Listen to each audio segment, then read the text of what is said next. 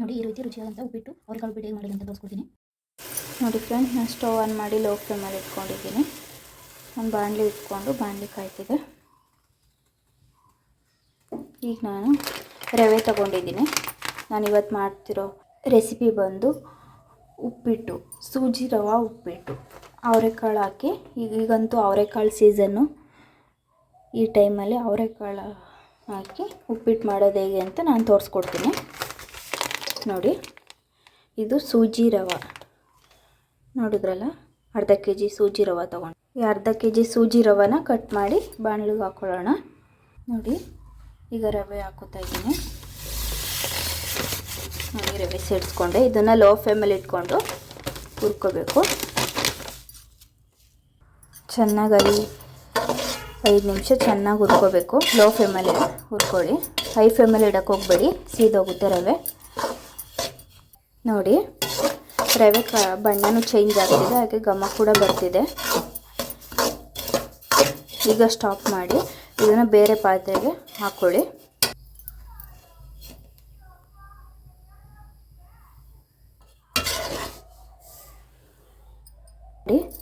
ಈಗ ರವೆನ ಬೇರೆ ಪಾತ್ರೆಗೆ ಹಾಕ್ಕೊಂಡಿದ್ದೀನಿ. ಈಗ ಅದೇ ಬಾಣಲಿನ ತಿರ್ಗಾ ಸ್ಟವ್ ಮೇಲೆ ಇಟ್ಕೊಳ್ಳಿ. ಈಗ ಇನ್ನೊಂದು ಕಡೆ ನಾನು ನೋಡಿ ಸ್ವಲ್ಪ ಕೊತ್ತಂಬರಿನ ಸಣ್ಣದಾಗಿ ಹಚ್ಚಿಟ್ಕೊಂಡಿದ್ದೀನಿ. ಹಾಗೆ ಕರಿಬೇವನ್ನು ಮಡಿಕೊಂಡಿದ್ದೀನಿ. ನೋಡಿ, ಕ್ಯಾರೆಟ್ನ ಸಣ್ಣದಾಗೆ ತುರಿದಿಟ್ಕೊಂಡಿದ್ದೀನಿ. ನೋಡಿ, ಒಂದು ಟೊಮೊಟೊ ಸಣ್ಣದಾಗಿ ಹಚ್ಚಿಟ್ಕೊಂಡಿದ್ದೀನಿ.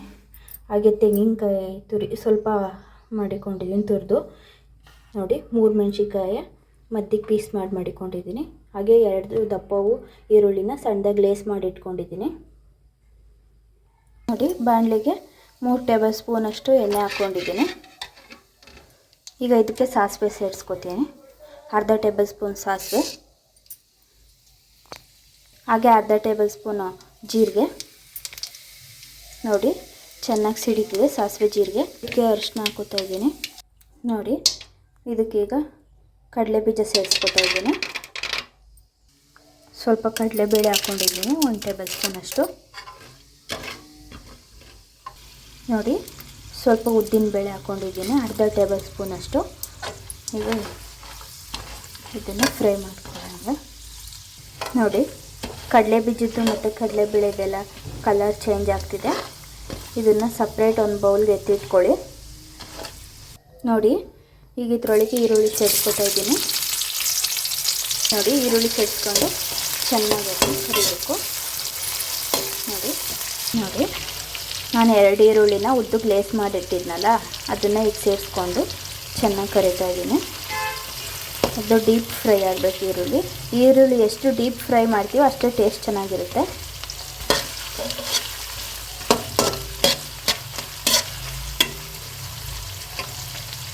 ನೋಡಿ, ಈಗ ಹಸಿರು ಮೆಣಸಿನ್ಕಾಯಿ ಹಚ್ಚಿಟ್ಕೊಂಡಿದ್ನಲ್ಲ, ಅದನ್ನು ಸೇರಿಸ್ಕೊತಾ ಇದ್ದೀನಿ.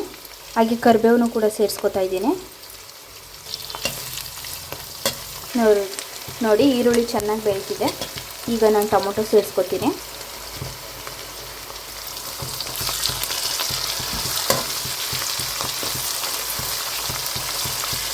ನೋಡಿ, ಟೊಮೊಟೊ ಚೆನ್ನಾಗಿ ಫ್ರೈ ಆಗಿದೆ. ಈಗ ನಾನು ಕ್ಯಾರೆಟ್ ಸೇರಿಸ್ಕೊತೀನಿ. ಇದಕ್ಕೆ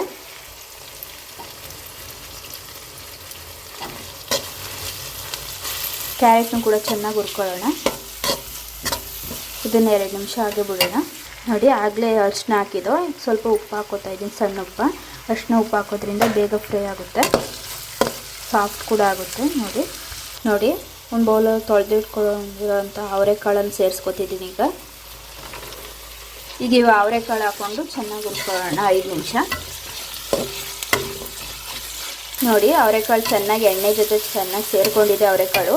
ಈಗ ಅವಾಗಲೇ ತುರಿದಿಟ್ಕೊಂಡಿರೋಂತಹ ತೆಂಗಿನಕಾಯಿ ತುರಿಯನ್ನು ಸೇರಿಸ್ಕೊತಿದ್ದೀನಿ. ನೋಡಿ, ಇದನ್ನು ಚೆನ್ನಾಗಿ ಹುರ್ಕೊಳ್ಳಿ.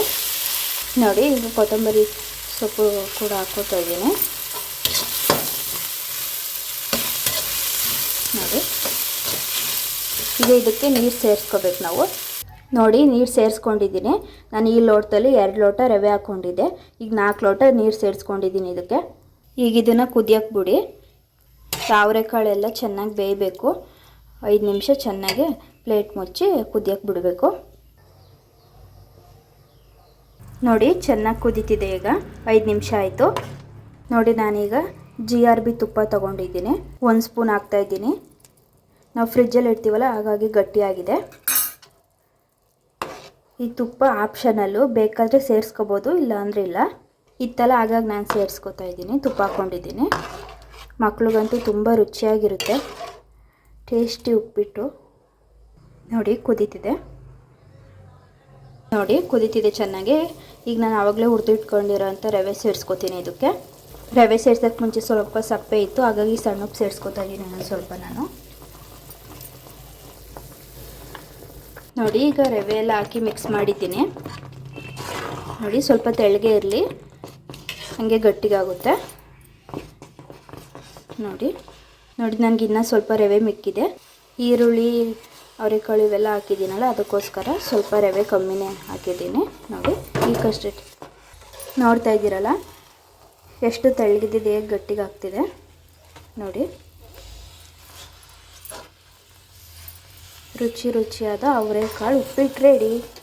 ಸೂಜಿ ರವೆಯಿಂದ ಮಾಡಿರುವಂಥ ಅವರೆಕಾಳು ಉಪ್ಪಿಟ್ಟು ರೆಡಿ ಆಗಿದೆ. ತುಂಬ ರುಚಿಯಾಗಿರುತ್ತೆ. ಮಕ್ಳುಗಳಂತೂ ಇದನ್ನು ಬ್ಯಾಚುಲರ್ಸ್ ಬಿರಿಯಾನಿ ಅಂತ ಕೂಡ ಹೇಳ್ತಾರೆ. ನೋಡಿ ತುಂಬ ಗಮ್ಮಂತಿದೆ. ಟ್ರೈ ಮಾಡಿ, ಕಮೆಂಟ್ ಮಾಡಿ, ಶೇರ್ ಮಾಡಿ, ಲೈಕ್ ಮಾಡಿ ಫ್ರೆಂಡ್ಸ್. ಬಾಯ್ ಬಾಯ್.